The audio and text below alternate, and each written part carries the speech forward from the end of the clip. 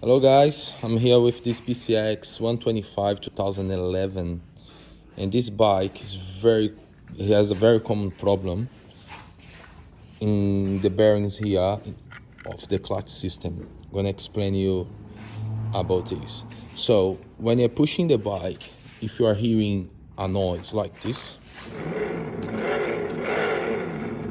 it probably is coming from the bearings here in the clutch system.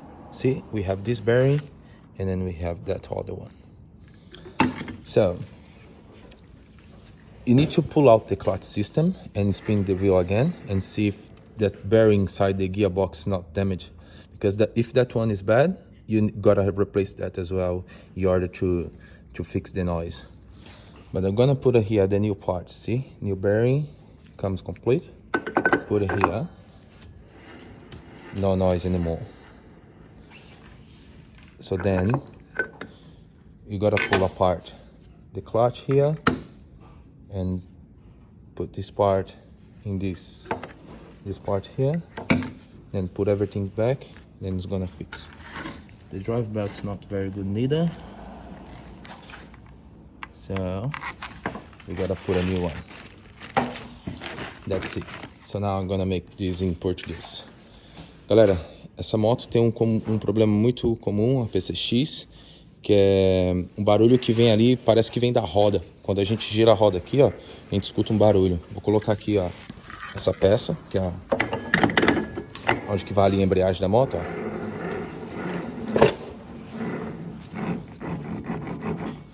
Aqui dentro tem dois rolamentos. Esses rolamentos eles danificam e faz esse barulho. Aqui tá uma peça nova. Tá vendo? Vem já com os rolamentos novos. Você pode comprar o kit, já vem assim completo, ou você pode comprar só os rolamentos, se você trocar os rolamentos aí. Aqui na Austrália, a peça é o mesmo valor dos rolamentos, você comprar separado. Então é bem mais fácil já comprar o kit assim, tá? Então você coloca ali, ó, gira, não faz mais barulho. É isso aí. Soluciona o problema aí da roda. Um toque para vocês. Quando vocês desmontarem e diagnosticar que essa peça está fazendo barulho, também gira a roda aqui e vê se não está fazendo barulho dentro do outro rolamento do câmbio, tá?